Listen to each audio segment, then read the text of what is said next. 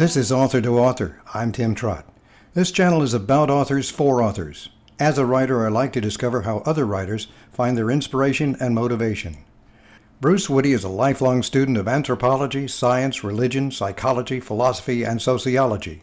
He began as a writer and producer of educational films for Encyclopedia Britannica and other educational film companies. From there, he went on to write and produce industrial and promotional videos for Standard Oil, States Gypsum, Allstate Insurance, and several charitable organizations. Bruce is also the author of several children's books and the lead writer of 7 children's learning videos. In a moment, we'll find out what's next for BruceWitty. Author to Author is supported by Cybershoot.com, the right host for your author website.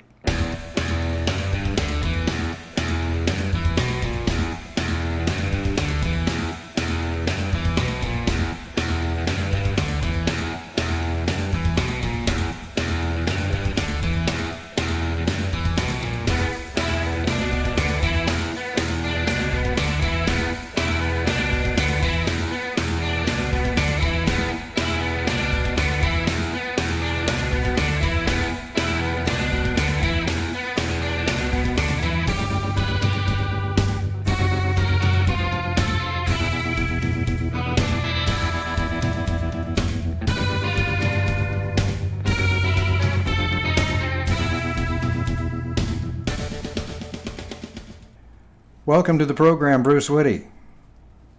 Hi, I'm glad to be here. You began your career writing and producing educational films. Besides some children's books I'm aware of, you authored and served as lead writer for at least 7 published children's learning videos. Your more recent project is a novel with an interesting perspective on Dracula. So who is the audience for this book? Well, people who like satire, people who like comedy, and people who are interested in learning some things about spiritual matters. From the preview I've read, you clearly put a lot of research into this project. So what motivated your fascination with the Dracula legend? Well, it wasn't so much the Dracula legend in itself, but it was me having to work through a lot of issues in my life and try to find a meaning behind a lot of the apparent things that happen in the world. And Dracula, to me, or at least Vlad the Impaler, really, not so much Dracula, but Vlad the Impaler was someone that through my research I also learned that he had a lot of stuff to work through, and he did things because he was in a world that he felt he was compelled to do terrible things in order to survive. Your setting is still Transylvania, but in a different time. What's going on with that? Well, it's been updated to about 1998. And that's when the fall of communism basically started in Eastern Europe. And I felt this gave me an opportunity to say that the Romanian government was giving back up private property after the fall of communism. And that opened the door to having the last descendant of Vlad the Impaler inherit Vlad's castle, because the Romanians were giving everything back to previous owners. And that opened the door to converting the castle into a theme park, a capitalistic theme park. So that opened the doorway to the story. Dracula buffs will think that you left out an important character, R.M. Renfield, except you didn't, did you? No, in my book he's called Ravenswood. Historical Dracula is a manifestation of Vlad the Impaler, as you mentioned, but this Dracula is not your average vampire. Are we giving too much away? I don't think so. He still feeds off the life force of other people. It's just not blood now. How many chapters and how many pages? Paperback, hardcover, ebook? What do you have in mind? Well, it's going to start out as an ebook. I want to do a paperback version also. It's 250 pages at this point, and I think, oh, I forget the word count, but it's 250 pages. How many other Dracula books have been published? I went through Goodreads and I found a large number. Yeah, I really don't know the answer to that. I'm hoping that because it deals with Dracula in his form as Vlad the Impaler, that I can benefit from the interest in Dracula as a whole that's out there. Just to share what I found in some research, Goodreads lists over 1,000 books tagged as Dracula. WorldCat shows 5,000 plus works referencing Dracula, though not all are novels. Vampire fiction as a whole reduces that includes tens of thousands of books with Dracula mostly as an adapted figure. But I don't think any of them mention a theme park, so you've basically cornered the market. Yeah, I'm hoping that will attract some people. Um, and it was originally written as a screenplay. So what I did, I hadn't ever written a novel before, so I thought, well, this might be an easier way to write a novel. I just try to convert an existing screenplay. And I think that allowed me to take the risk of actually writing it in novel form because I really never considered myself a novelist before this. You've had some background in video production, and there's a function called a log line. So if this book were a movie, what would the log line read like?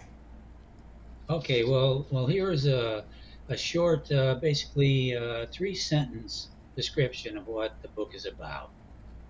It's 1998, and a disgraced young actor, who is also the last living descendant of Vlad the Impaler, attempts to save his career by helping an unscrupulous media mogul turn Vlad's old castle into a Dracula-based theme park.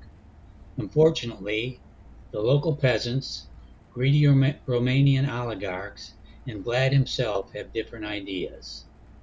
Everything goes wrong until everything is just right in this satirical novel about the nature of our material world and the reality of divine forgiveness.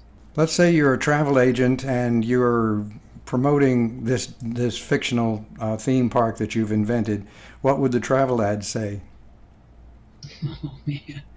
Well, one of the subtitles of the book I was thinking of Draculand, where nothing is unforgivable, because that refers to the theme that even though the material world is pretty terrible and a lot of horrible things happen, because of the greater reality that surrounds everything, nothing ultimately is unforgivable that happens in this world. I've got some ideas. How about Westworld meets Dracula? Come to the Dracula land where the snacks suck, literally. Pretty Oh, bad. that's not too bad. That's not too bad. I'm sure I can use that in marketing somewhere. Speaking of marketing, Goodreads, BookFunnel, Amazon ads, what's the plan?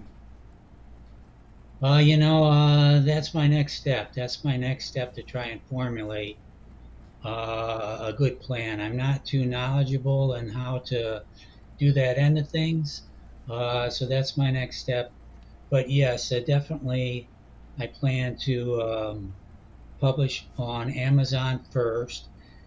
And what I like to do is find a lot of people who would like to read the book before it's released, and to have a review in waiting. And then once I release the book, they can upload their reviews, and I think that would be a good starting point for me to try and get some traction on Amazon.